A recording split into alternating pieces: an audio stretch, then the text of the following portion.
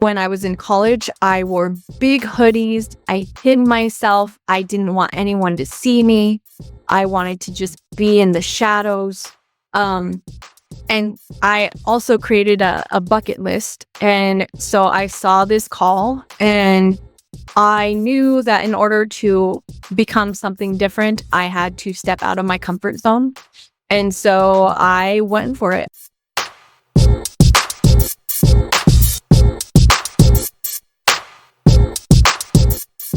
Welcome to another episode of Innovation Insights, where we dive deep into the minds shaping the future of industries through innovation, creativity, and groundbreaking research.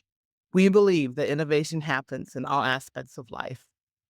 I am your host, Dr. Eulanda Sanders, and today we're honored to welcome Sarah Ortegon HighWalking, a brilliant artist, culture bearer, performer, educator, mother, and storyteller, whose life and work embody creativity, resilience, and connection to community. Born in Denver, Colorado, and raised in a big family as the 10th of 12 children, Sarah is an enrolled member of the Eastern Shoshone tribe and also Northern Arapaho.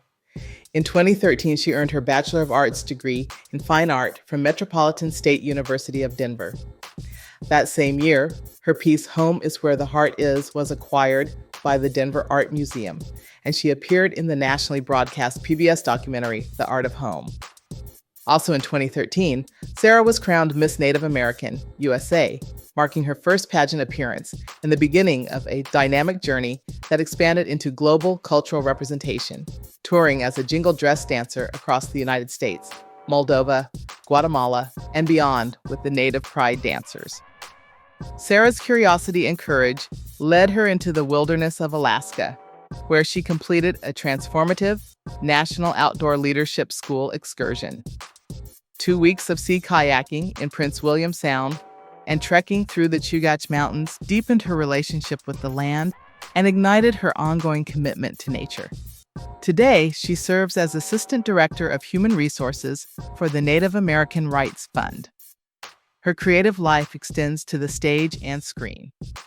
Sarah has acted in Black Elk Speaks in Denver, performed in Sitting Bull's Last Waltz at the Hollywood Fringe Festival, and worked as an actress and stunt performer in the BBC-NBC historical miniseries Jamestown, filmed in Budapest and now streaming on PBS.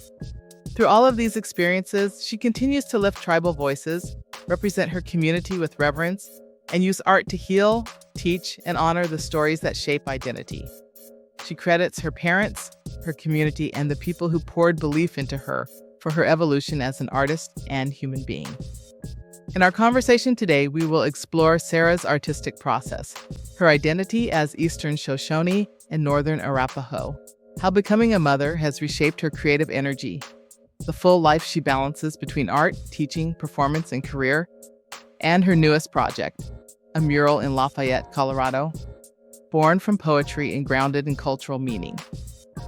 We will talk about creativity, belonging, innovation, and the power of art to carry history forward. Sarah, welcome to the Innovation Insights podcast. I'm so happy to have you here. Thank you. Thanks for having me today. We connected via another one of our guests, Jennifer Rife, who I've known since childhood. That's awesome. Isn't it? It's just so great to reconnect and have her on the podcast. And then she mentioned you to me and your work, which is just expansive. So I'm so excited to explore everything that you do today. Not everything. We might have to have you back several times. Just you do a lot. Oh. I would love to begin with your story. Tell us a little bit about your background. Yeah. So, hello, my name's Sarah Ortegon HighWalking. I am an enrolled Eastern Shoshone tribal member. I am also Northern Arapaho through my grandma. The government only allows you to be enrolled into one tribe. So I'm enrolled Shoshone. I live on the Wind River Reservation. I moved here this year, and I grew up in Denver in a family of 12. So I'm one of 12 children. And I graduated from Metropolitan State University in 2013 with a BFA in drawing. I always loved drawing because it's so detailed.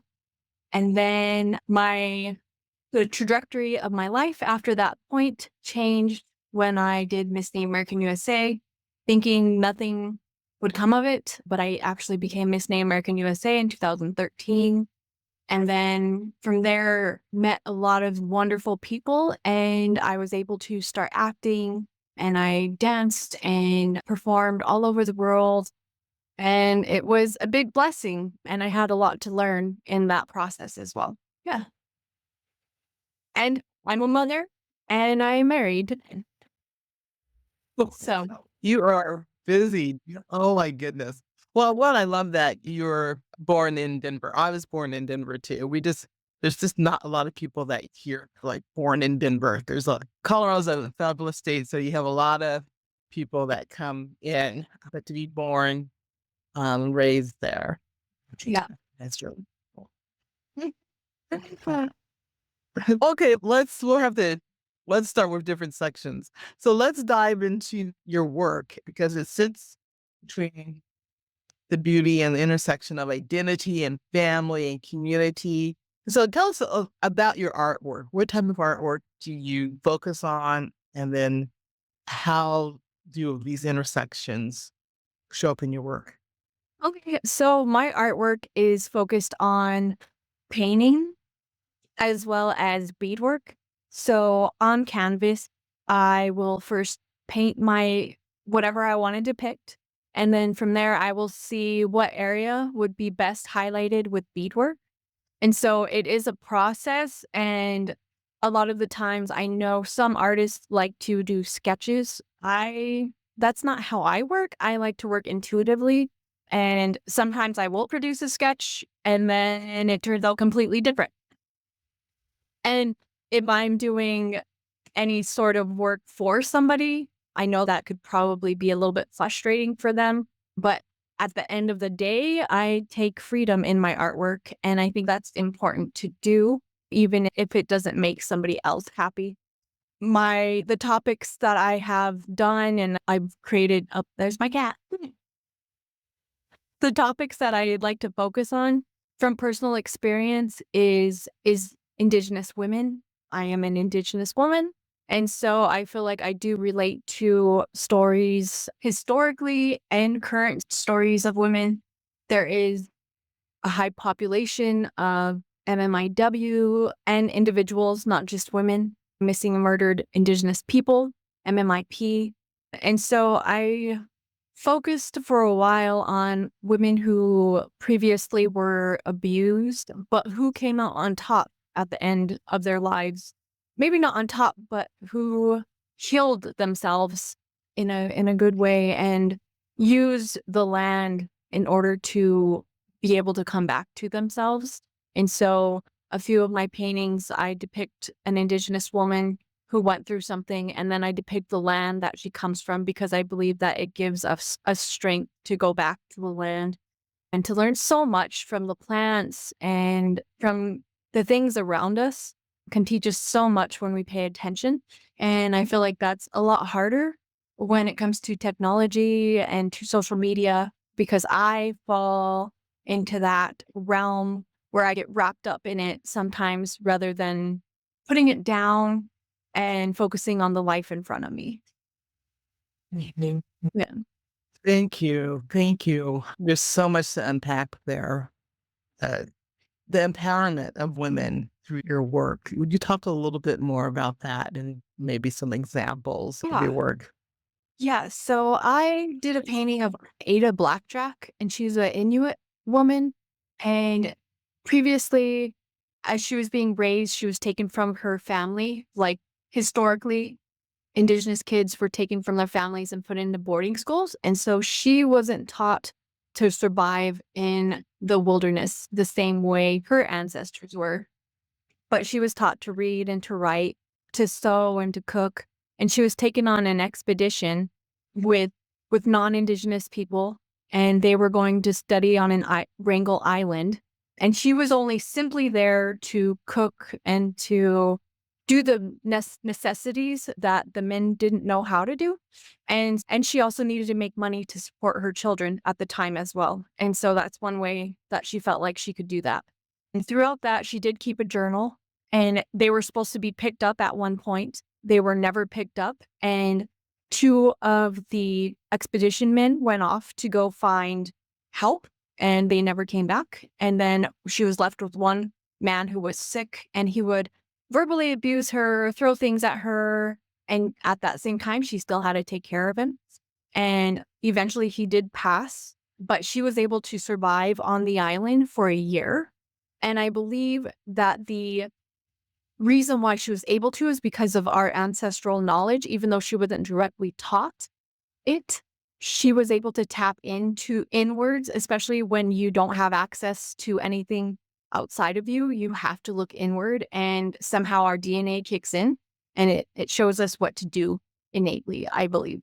I painted Otta on Wrangel Island, and then I also painted Wrangel Island in a separate painting just to show the desolate area that she was in, and to also empower her to show how she came back home. And there were a lot of ways in which she had to face the world because she came back alive when the other men didn't.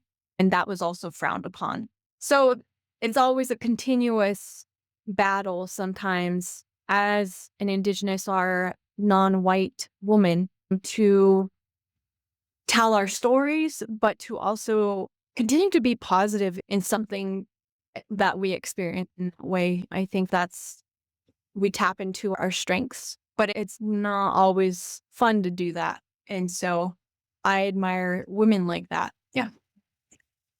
I do too. I do too. And so for part of your process, did you read her diary? I do read her diary. I did. There are newspaper clippings of her, and there are various news sources about her. So I did read up about her through those, but I wasn't able to read through her diary. But I think that would be really interesting to get my hands on.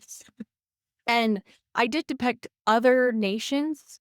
I didn't depict Sacagawea, she's Shoshone, but I think that would also be a powerful story to tell because she survived the not only being kidnapped, survived being forced to be married to Charbonneau, who was an abusive man. And then she had a baby that she had to carry on her back and guided Lewis and Clark and helped them survive. And I think that's another powerful Indigenous woman that I would love to depict. Absolutely. What I love about your work and processes is that you're taking the stories, and part of Innovation Insights and the reason why I started this business and organization is because of stories and telling the stories and having people have the right to tell their stories. And it's great for you to take stories, be it newspaper clippings or other sources, and then help interpret those and tell those stories even further. It's a true Yes. gift. Yeah. Yeah. So thank you. Thank Thank you. you. You also have talked about your parents and your native community and how the lessons and the values from your community and family have really shaped you as an artist. Would you talk a little bit more about that? Yeah. So as I stated, I am Eastern Shoshone and Northern Arapaho, but I also want to say that I am Basque through my dad, and that's how I get the Ortegon last name. My mom's last name is Enos, and that's Shoshone. Shoshones were given non-Indigenous last names, and so that was the last name that was given to her family. But I am Ortegon and I am Basque as well, and I haven't done a lot of history into my dad family, but that area is in Spain, in between Spain and France. And I just have a kind of sordid history with my dad. He was a preacher and he was also a Marine. And so I don't know if you could imagine being raised by a preacher slash Marine, but if you can't, I will give you an example. So in the morning, we were to make our beds perfectly. We were to eat. We were to get in the van at a certain time. Everything was very regimented and it was scheduled, and kids, we all had to be quiet. We couldn't have a lot of freedom. If we were in Denver, we were stuck in the basement or in the backyard because my dad was so fearful of somebody kidnapping us. And then, but we would come to the reservation during the summers, and my parents would drop us off with my aunt and uncle, and that was free range for us. We played in the river, we ran up and down the dirt hill, we used our bikes, we built big dirt mounds, and I think that was the most free that I ever felt as a child, and I hated going back home to the restricted environment. But I also think that helped shape me, and it helped me create goals. I think everything shapes us, right? As a child. And it just also really helped me see the difference between an unhealthy relationship and my aunt and uncle who had a very healthy relationship. And it helped me decide that's what I wanted. And this is what I needed to learn from. And that's what also helped me give voice to the paintings that I've created of women and the understanding of seeing what comes from abuse. You could choose two things. You could choose to fight your way through it and to leave it, or you could stay in it and it just brings you down further. And there are other things that come from abuse, and I don't want to downplay it at all because I have experienced it in relationships as well. But it's just what it is. Like, and that's what gives voice to also my paintings and my family. Yeah. So, did you decide to pursue fine arts as your degree to help with your voice? What? So I actually changed my majors 6 different times in college. And throughout my college career, I kept going to art classes. I just couldn't get away from it. It was something that I needed to do. And I was always so frustrated because I thought, this is not how you make a difference in the world. Doing art, it's quiet, right? It's not allowed. It's not something that you speak out. It's not, everything having to do with art is silent, and you take it in through your eyes and you express it through your hands or however you do art. And so it is a very silent, quiet way to express yourself. And that's what I learned from being a little girl and having to silence myself.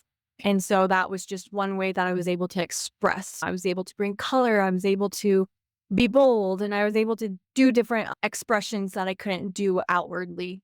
And so that's how I guess that played into creating my art as well. Thank goodness art kept drawing you back in. Thank Yeah. goodness. It's still done. It's still done. I keep trying to keep trying to paintbrush down, and somehow it just keeps calling me. And I even heard the statistic in college that as an art major, typically only very small percentage of people as art majors will continue on to do art.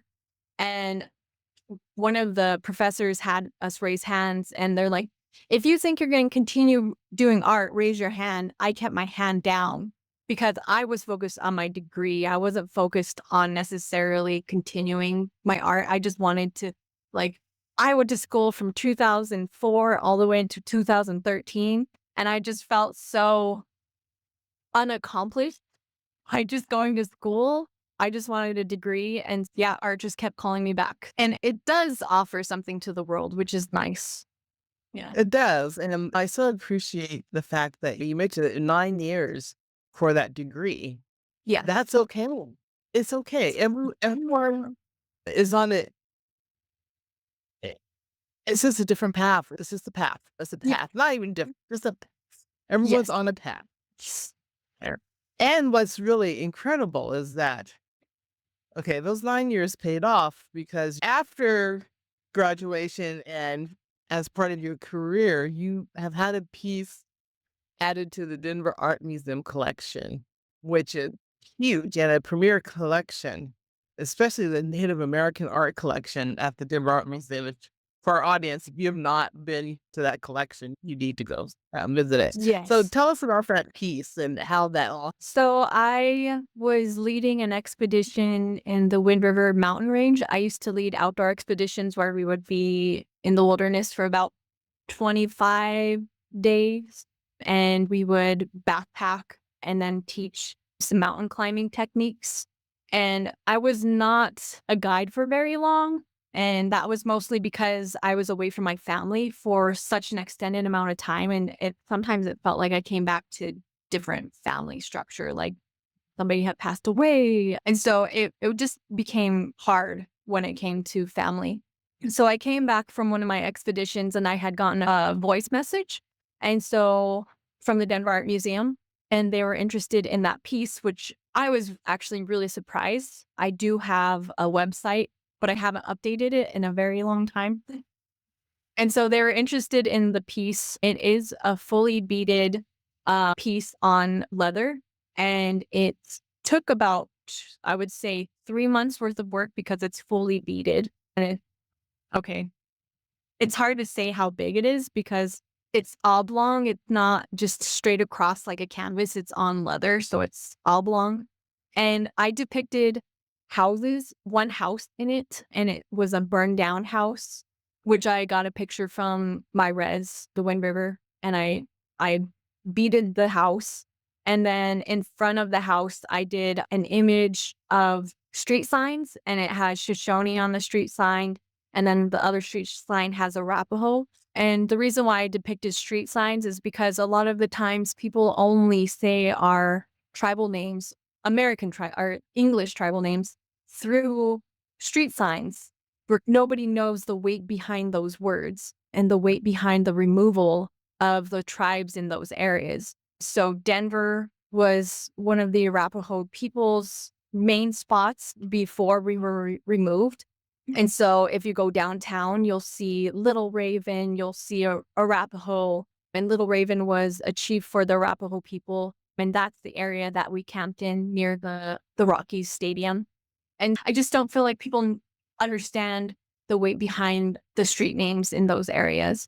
And then also, that's not necessarily what we call ourselves. So the Arapaho people, we call ourselves the Hinanoet, which is the blue sky people, and the Shoshone are Nui. And I really don't know the translation to that. But it's just there's resilience behind our tribal names, whereas I'm not even sure how they came up with the English names for us sometimes. Yeah. Oh my goodness. Thank you. Thank you for telling about that piece and the names too of the streets. Right. These are streets that throughout my life I've been up and down and Yep. around, and yeah, it Mhm. definitely puts a different lens behind that. Yeah. And you talked about beadwork. Part of my background and many of our audience and other guests on the show have a textile background or fashion background. And so beading, talk to us about beading, the importance of beadwork for your communities and background, and then any techniques that you could talk about too that you use for beading. Yeah, so historically, a lot of our designs, like the Arapaho designs or the Shoshone designs, are floral. Arapaho designs are geometric. And so there's different types of designs for each tribe, but I will just stick to my tribes. And they were first depicted through quills. And so the quills were flattened out and then wrapped. And then that's how they came up with the designs. But when Europeans started to come over, we started to trade for beads. And so that's how beadwork came into play. And it's an intricate, meditative process.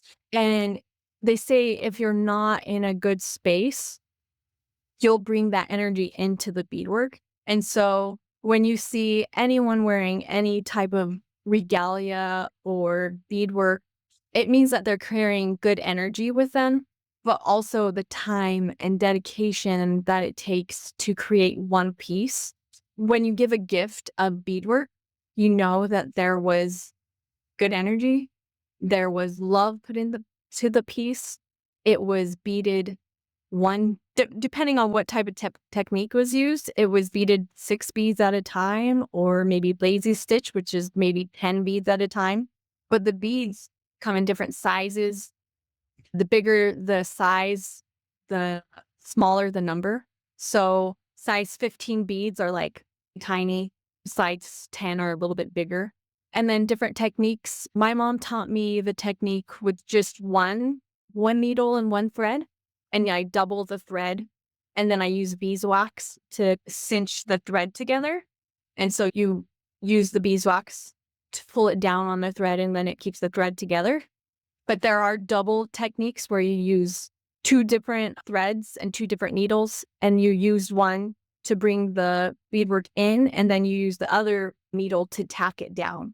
I don't do that, but I heard that's faster. But I feel like I would get it all knotted up, and then it would end up being frustrating. But I'm always amazed when I see people do that. And then there's different types of ways to make necklaces, earrings. So there's many different techniques, but what I use in my paintings is I just use the one needle, one thread technique. Oh, thank you. Thank you for sharing all of that. And so talk to us about the jingle dress. And I know you're a jingle dress dancer too, but talk to us about that. And also, did you make your dress too? Because I know dancers that have made their dresses also, but I'm Yeah. just curious. So the history behind the jingle dress is it comes from the Anishinaabe people, also known as the Ojibwe people. And it comes from an elder who had a dream of the dress while his granddaughter was the dress was created. And I'm not sure if she danced in it or if someone else danced in it, but she became well. And the dress is traditionally made of tobacco can lids, where you roll up the lid to make a cone. And if you hear the dress when you walk, it sounds like it's water hitting like a tin roof. And it's a healing dress and it's a healing dance. But I wouldn't necessarily call it a ceremonial dance because ceremonies are held just inside the tribes. Typically it's not open for anyone to see and it's not videotaped because I think when you keep things sacred and separate, that's what makes it special. If you have a special rock that you carry around, nobody knows about it, but you feel like it protects you, that's sacred. And so that's how we feel about our ceremonies. But jingle dress is a healing dance and it's for everyone to see. It's not just for natives to see as well. And so I started dancing at a late age. I was about 27 when I started dancing, and that's not normal. Normally, kids will start dancing when they're 2, 1, 0. They'll take them out to the arbor and hold them and have the kids already in regalia. But because I was raised with a preacher father, I did attend powwows, but I wasn't able to participate at all. But I always felt it inside of myself that this is something that I would love to do. And so when I was kicked out into zone, that's what I started to do. And I did the dress that I wore for the Jeffrey Gibson performance that I did in New York, where it was on all the monitors, is called She Never Dances Alone. But the dress that I wore that night that I performed in March 2020, I did make that dress. Yes. I'll link it in. Yeah. Okay, we'll definitely have to find some images of it and include it in the podcast. Oh my goodness. Mm. What a career. Okay, well, okay. I need to go back. We need to talk about being named Miss Native American. Wait, let me get this right. Miss Native America USA. Yes. Tell us about that process, and you hinted on some of the outcomes of it, but yeah, tell us about that. Oh my goodness. So after I graduated in 2013, I saw a post on Facebook calling for par- pageant participants. And because I grew up with 6 brothers, I did not know how to even walk in high heels. When I was in college, I wore big hoodies. I hid myself. I didn't want anyone to see me. I wanted to just be in the shadows. And I also created a bucket list. And so I saw this call and I knew that in order to become something different, I had to step out of my comfort zone. And so I went for it. I learned how to walk in high heels. I learned how to somewhat put on makeup. My cousin, April, she lived in Arizona, and so I went to stay with her while I participated in the pageant. and she was laughing so hard at me when I was putting on, like, my lashes.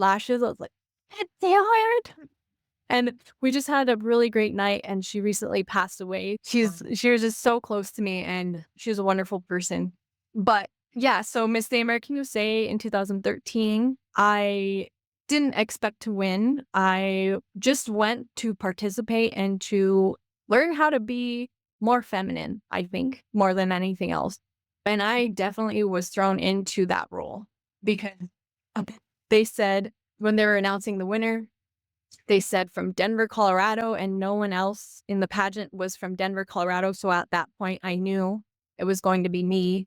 And I became Miss the American USA. And then I got a call to start traveling and dancing. Then I started to meet actors and I started to act in plays and in television shows, one movie. It just shot me up into a different trajectory in what I thought I was gonna do with my life. I thought I was just gonna be a banker or something. Yeah. Well, tell us about the acting sub because you were in Black Elk Speaks. Yes. Yeah. Yeah.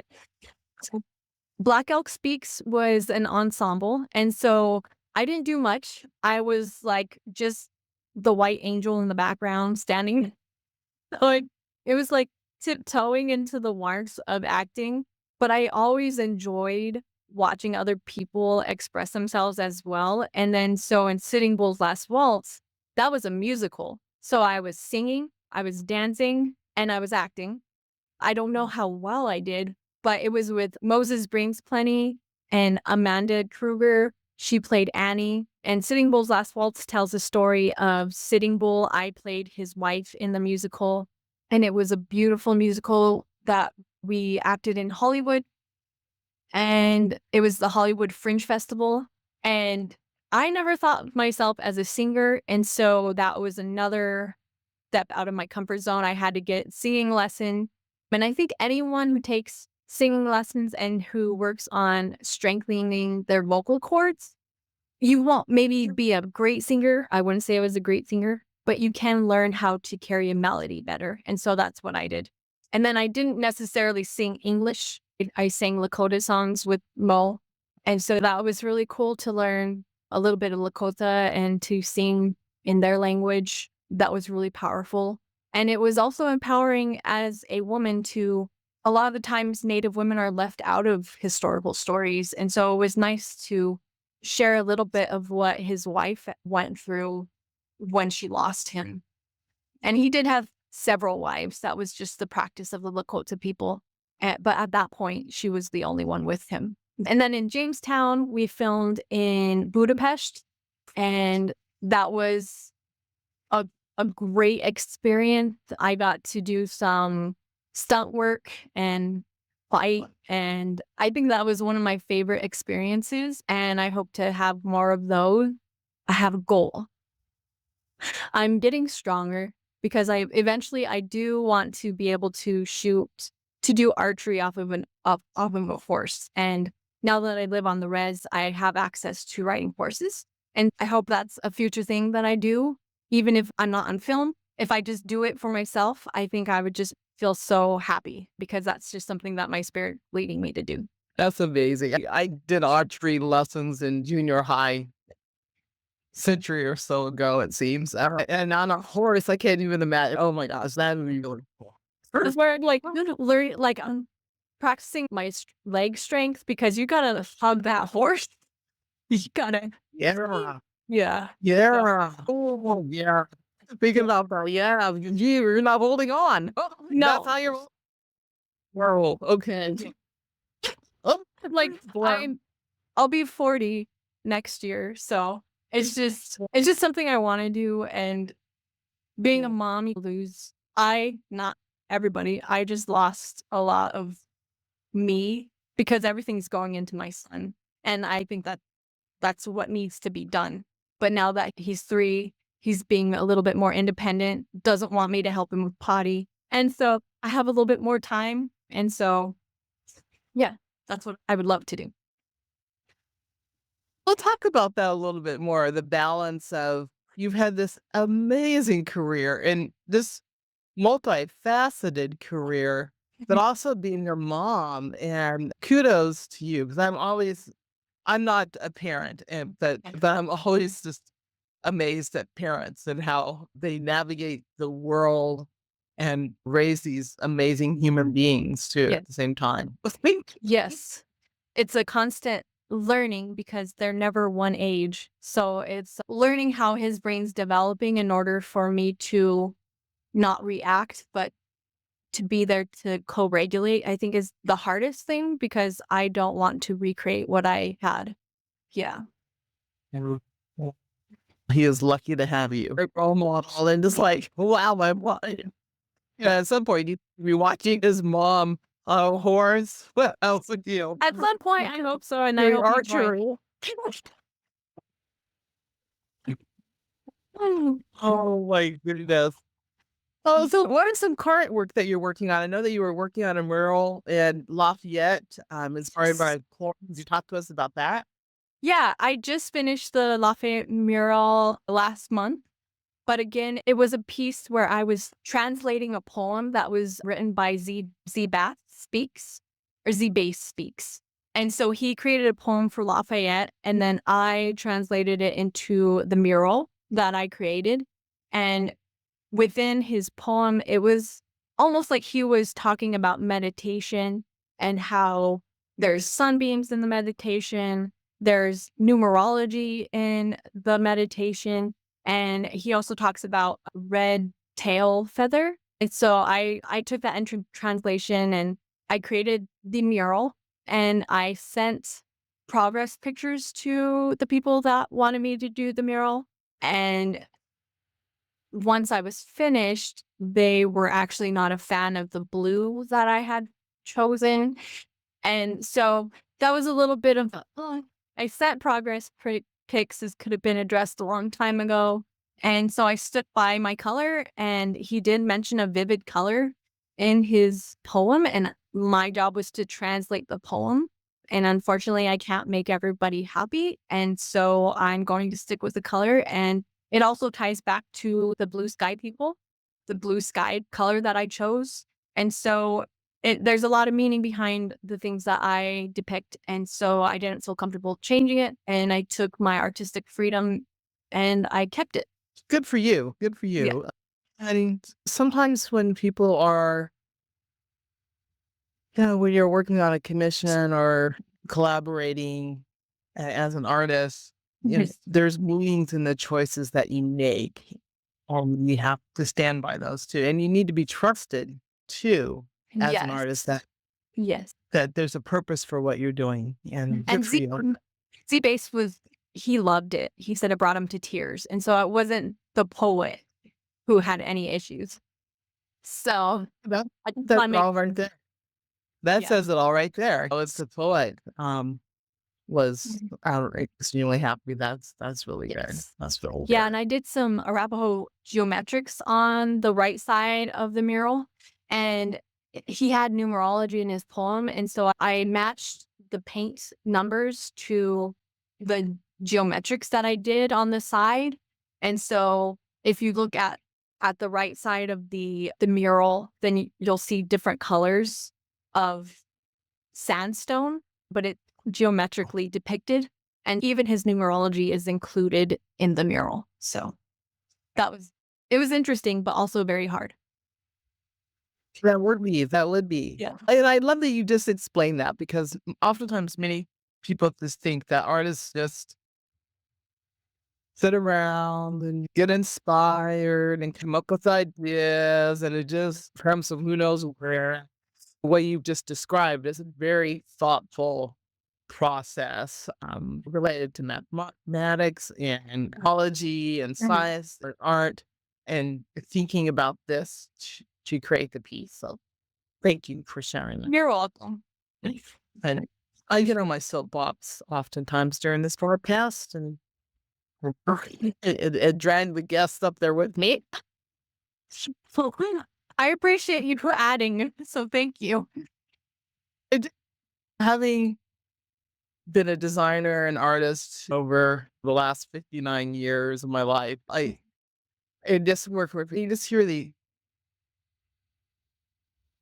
it's just that sometimes what people do is not appreciated for the thoughtfulness that goes into it, and it's Yeah. taken for granted. I just Yeah. wanted thought for that. Like a mural can't just be, the color can't just be deleted. That's a lot of space to paint. Yeah. Yeah, Yeah. yes, what are there? Oh, Oh, and future works, I oh, was yes. working on a painting where I am depicting buffalo and I'm bringing them into the city on top of building because that's initially where they were. There were millions of buffalo in the plains and they were brought down to a few hundred during basically when they were trying to get rid of natives. That was our food source. And I believe that my tribe's bringing them back, and there are a lot of tribes bringing buffalo back to the areas. And buffaloes have a huge impact on the environment and on bringing other species of animals back to the environment. And I think it's a beautiful thing to see because there's so many negative things happening in the world where sometimes it's good to just focus on the good too. So, Yeah. Yeah, but oh, wow, I can't wait to see that piece too. Oh, thank you. I'll be girl, finishing it by the 1st. I'm ready. We're coming for December. Yes. Oh, gosh. So, will the cityscape be Denver cityscape or? It could be any cityscape, actually.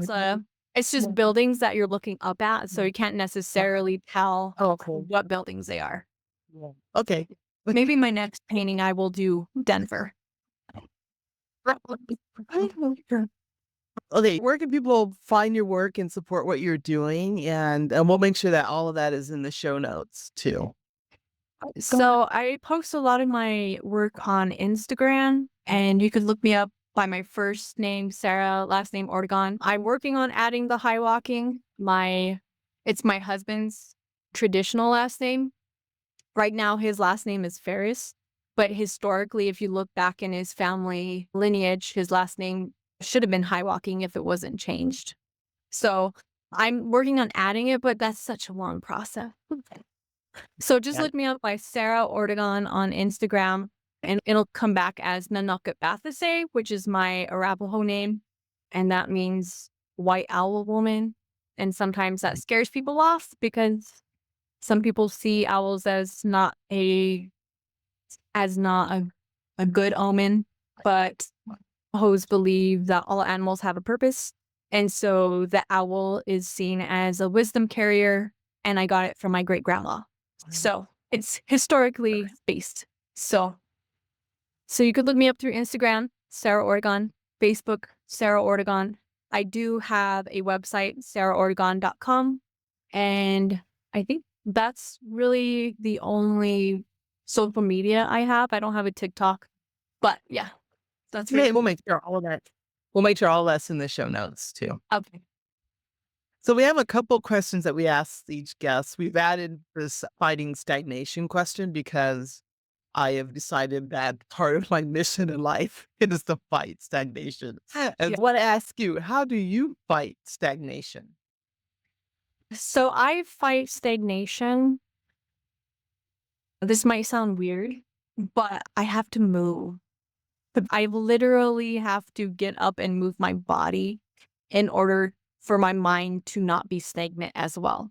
So when I'm working, I have a walking pad, or if I don't have time to even turn it on, I do have to get up and I have to move at some point in the day because I do have a day job and it is computer based. But I always feel so much better when I move my body and I sweat and I get out the toxins, and that helps, I think, move things in my mind as well. So that's how I fight stagnation. I love it. I love it. Well, so I asked each guest, how do you define innovation? Oh, so I define innovation by always looking back and learning from what maybe our ancestors did, from what our parents did, from what others do. And I look at it as making it yours so that it helps you with your life. So whatever it is, it could be maybe my mom made a recipe like this, but when I add this, it turns out better for me. Or looking back at the roses that were typically beaded by my mom, she kept them red, but I'm going to innovate and I'm going to add different colors. So it's looking back and changing a little bit of what you have from your history and making it your own. And it's always tied to you because you are the creator. So that's what I think of innovation. Oh, thank you for that definition. And I love the going back to history because I feel like we really have to know that before we can go forward too. Sarah, this has been just delightful, just delightful. So thank you for joining us today. Thank you. I so appreciate having you here. I would love to have you back in the future too, because I know you're just going to continue doing some really, you've lived several careers already in one, in your, I know you just maybe turned 40, which to me is young, very young still. And so it's just going to be so much fun to see everything that you do. Thank you. Thank you so much. And thank you for your insightful questions. They were really great. Thank you. Oh, I'm so thrilled to have had you on here. To our audience, thank you for joining us for this inspiring conversation with Sarah Ortegon HighWalking. And journey reminds us that creativity is not a single lane, it's a life practice by ancestry, place, responsibility, and courage. Through visual art, dance, wilderness leadership, storytelling, performance, and motherhood, she demonstrates that what it means to carry community forward through nurturing one's own voice. So, to our listeners, thank you for tuning in. You can connect with Sarah through the links in our show notes, and be sure to subscribe to the Innovation Insights podcast so you don't miss out on future episodes. We have some amazing thinkers and makers shaping the world through their own ways. So, thank you for tuning in and keep innovating, keep dreaming, and keep making a difference.